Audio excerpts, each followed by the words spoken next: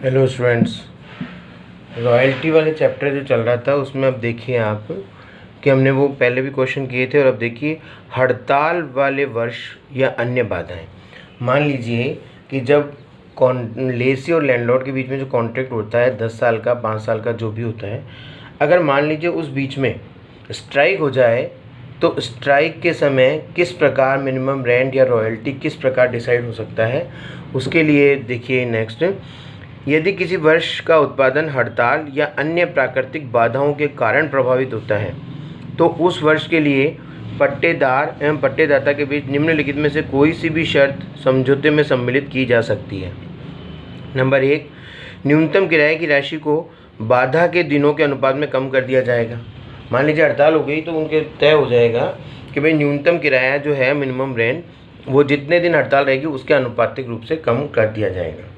Number 2, न्यूनतम किराए की राशि को एक निश्चित प्रतिशत से कम कर दिया जाए या पट्टेदाता वास्तविक उत्पादन के आधार पर ही अधिकार शुल्क स्वीकार करे कि जितना उत्पादन हो जाए बस उतना ही स्वीकार करे। मिनिमम रेंट से फिर उस टाइम या उस वर्ष कोई मतलब नहीं होगा। परिस्थितियों के अनुसार अन्य कोई भी समझौता कर ले, मतलब जो भी अगर वो आपस में समझौता कर लेंगे हड़ताल वाले वर्ष में तो किस प्रकार फिर पट्टेदार और पट्टेदाता के बीच में जो हिसाब किताब होगा उसके लिए देखिए ये क्वेश्चन करते हैं, इससे आपको समझ में आ जाएगी बात। देखिए ये क्वेश्चन है कि द माइनिंग कंपनी ने अतुल से एक कोयला खान पट्टा 9 वर्षों के लिए 1 जनवरी 2015 को लिया। अधिकार शुल्क 10 रुपये प्रति टन, 75,000 रुपये वार्षिक मृत किराए के साथ देय है। मृत किराया बोलो चाहे वो मिनिमम रेंट बोलो एक ही बात है। मृत किराए का मतलब ये फिक्स्ड है, इतना तो आपको देना ही देना पड़ेगा। ऐसा किसी भी वर्ष के में वास्तविक अधिकार शुल्क से अधिक चुकाई गई राशि की पूर्ति, जो वास्तविक अधिकार शुल्क से जो अधिक चुकाई गई राशि वो कौन सी होगी, शॉर्ट वर्किंग्स, उसकी पूर्ति के लिए कह रहा है उसके तुरंत आगामी वर्ष के आधिक्य में से की जा सकती है। मतलब उससे तुरंत आगामी, जैसे 2017 है तो 2018 में कर सको तो कर लो, अदरवाइज उसको P&L अकाउंट में ट्रांसफ़र करना पड़ेगा। 2018 की शॉर्ट वर्किंग है 2019 में करना हो तो कर लो, अदरवाइज उसको करना पड़ेगा। इसलिए इस प्रकार हड़ताल की परिस्थिति में वास्तविक अधिकार शुल्क ही यदि न्यूनतम किराए से कम है तो किराए संबंधी समस्त दायित्वों का निष्पादन करेगा। तो हड़ताल की परिस्थिति में कह दिया है कि अगर मान लीजिए किसी वर्ष हड़ताल हो जाती है तो वास्तविक अधिकार शुल्क ही जो होगा ना, जितना रॉयल्टी बनेगी ना, जितना प्रोडक्शन होगा या जितना बिक्री होगी उसके आधार पर ही न्यूनतम किराए से अगर वो कम है तो भी वो किराए संबंधी समस्त दायित्वों का निष्पादन करेगा। मतलब किराया ही उतना ही मान लिया जाएगा उस साल के लिए जितना रॉयल्टी बनेगी। देखिए अब ये है 2016, 2017, 2018। अब 2018 में देखो लिखा हुआ है हड़ताल वर्ष, ये हड़ताल हो गई यहाँ पर। फिर है उत्पादन टनों में 4,000, 9,000 और 6,000 ही हुआ क्योंकि ये हड़ताल वाला वर्ष था। द माइनिंग कंपनी की पुस्तकों में आवश्यक खाते यह मानते हुए बनाइए कि भुगतान आगामी वर्ष 31 मार्च को किया जाना है। चलिए अब आता है बात कि वापस बढ़े, द माइनिंग कंपनी ने अतुल से एक कोयला खान पट्टे पे लिया। तो अतुल तो है लैंडलॉर्ड और माइनिंग कंपनी है लेसी। मैंने आपको कहा था कि कोई भी क्वेश्चन करने से पहले इसकी एक टेबल बनेगी, तो टेबल बनाते हैं। देखिए 2015-16 कब लिया, ये लिया है 1 जनवरी 15 को लिया, तो 2015 सही बनेगा। इसका मतलब उत्पादन टनों में आप ये मान लें कि 2015 में लिया, तो अगर यहाँ पर ये लिखा होता कि 2015 में 0 उत्पादन हुआ तो बात एक ही है। तो 2015, 16, 17, 18 4 साल का बनेगा। एक्चुअल रॉयल्टी पहले साल तो कुछ भी नहीं हुआ तो कुछ भी नहीं होगी। और फिर है 4,000 टन, तो ये कह रहा 10 रुपये प्रति टन से तय हुआ था तो 40,000 रुपये हो जाएगी रॉयल्टी। दूसरे साल 9,000 है तो 90,000 हो जाएगी। तीसरे साल 6,000 है तो 10 रुपये से गुणा करने पर 60,000 हो जाएगी। फिर मिनिमम रेंट तो पता ही है 75,000 रुपये है वार्षिक, तो हर वर्ष 75, 75, 75। लेकिन हड़ताल वाले वर्ष में इसने कहा था, वापस पढ़ लीजिए इस लाइन को, कि हड़ताल की परिस्थिति में वास्तविक अधिकार शुल्क ही अन्य यदि न्यूनतम किराए से कम है तो समस्त दायित्वों का निष्पादन करेगा। का मतलब है उतना ही होगा मिनिमम रेंट भी जितना रॉयल्टी होगी, तो ये 60,000 ही होगा। 60,000 रॉयल्टी बनी, 60,000 होगी। अब इसका ये नेक्स्ट कॉलम, इसमें से इसको माइनस करते हैं तो -75,000, इसमें -35,000, इसमें प्लस आ गया 15,000, इसमें कुछ भी नहीं है। अब वही शॉर्ट वर्किंग के दो कॉलम, रिक्यूब्ड, अनरिक्यूब्ड, एक्चुअल पेमेंट और क्लोजिंग बैलेंस। सबसे पहले साल वही ना तो रिक्यूब्ड होगा ना P&L अकाउंट में ट्रांसफर करेंगे, क्योंकि अगले वर्ष में वसूल करने का अधिकार है। तो शायद हो सकता है कि अगले वर्ष में जाकर हम कितना वसूल कर पाएंगे कितना नहीं कर पाएंगे वो देखेंगे। तो इन दोनों में से जो ज़्यादा होगा उसका पेमेंट कर दिया जाएगा, ये 75,000। और closing balance of short working, ये शॉर्ट वर्किंग जो ये है 75,000, ये यूँ की यूँ ही पड़ी रह जाएगी बैलेंस के रूप में, क्योंकि ना तो ये रिक्यूब्ड हुई और ना P&L अकाउंट में ट्रांसफर हुई। दूसरे साल फिर देखिए -35,000, अभी तो शॉर्ट वर्किंग ही है तो वसूल तो कुछ हो नहीं सकता, लेकिन इसका अधिकार समाप्त हो गया, क्योंकि इसका अधिकार अगले वर्ष ही था। बस ये अगला वर्ष आ गया, इसमें शॉर्ट वर्किंग हुआ, एक्सेस वर्किंग होता तो कुछ वसूल कर लेते, लेकिन नहीं कर पाए। तो ये 75,000 पूरे के पूरे P&L अकाउंट में ट्रांसफ़र कर देंगे अनरिक्यूब्ड के थे। सो देख, अनरिक्यूब्ड मानकर। अब मैंने आपको बताया कि इन दोनों में से जो ज़्यादा होता है उसमें से रिक्यूब्ड घटाकर पेमेंट करते हैं। इन दोनों में से ज़्यादा 75,000 है, रिक्यूब्ड कुछ है नहीं, तो 75,000 का पेमेंट होगा। 75,000 रुपये बैलेंस था और 35,000 और हो गया। 75 और 35 1,10,000 होता है, जिसमें से 75,000 P&L अकाउंट में ट्रांसफर कर दिए तो वापस 35,000 ही बच गए। अब ये 15,000 एक्सेस वर्किंग होगी, तो इसको वसूल कर सकते हैं 35,000 का, अगला वर्ष ये खत्म हो रहा है तो जितना वसूल कर पाए उतना कर लीजिए 15,000। बाकी का 35 में से 20,000 नहीं कर पाए उसको P&L अकाउंट में ट्रांसफ़र कर देंगे अनरिक्यूब्ड में। इन दोनों में से जो ज़्यादा होता है वो है 90,000। 90,000 में से रिक्यूब्ड घटाकर पेमेंट कर दिया जाएगा 75,000।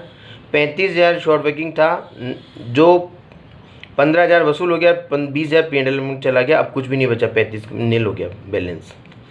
इस साल ना तो शॉर्ट वर्किंग है ना एक्सेस वर्किंग, और ना यहाँ पर कुछ होगा, और इन दोनों में से ज़्यादा होगा उसको पेमेंट करेंगे। ये है हड़ताल वाले वर्ष। अब इसकी चाहे जनरल एंट्री कर लीजिए, और जनरल एंट्रीज आपको समझाई थी पहले वाले क्वेश्चन में। अब देखिए डायरेक्ट खाते भी बना सकते हैं हम। तो डायरेक्ट खातों में रॉयल्टी अकाउंट होगा। आपने जनरल एंट्रीज जब पढ़ी थी तब मैं सबसे पहली एंट्री क्या होती है इसकी, पहली एंट्री होती है इसकी कि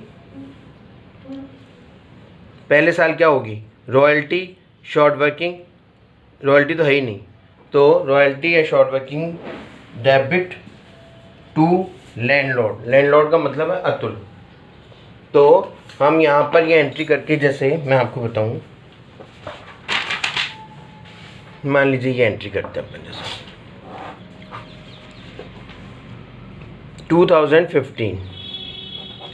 2015 में पहले साल रॉयल्टी तो है ही नहीं, तो केवल है short working debit to Atul. ये हो गई रॉयल्टी के लिए एंट्री। दूसरी एंट्री होगी पेमेंट के लिए, तो अतुल डेबिट टू कैश या बैंक। तीसरी एंट्री होगी P&L अकाउंट में ट्रांसफ़र करने की, तो P&L account debit to royalty. ये 3 एंट्री हो गई।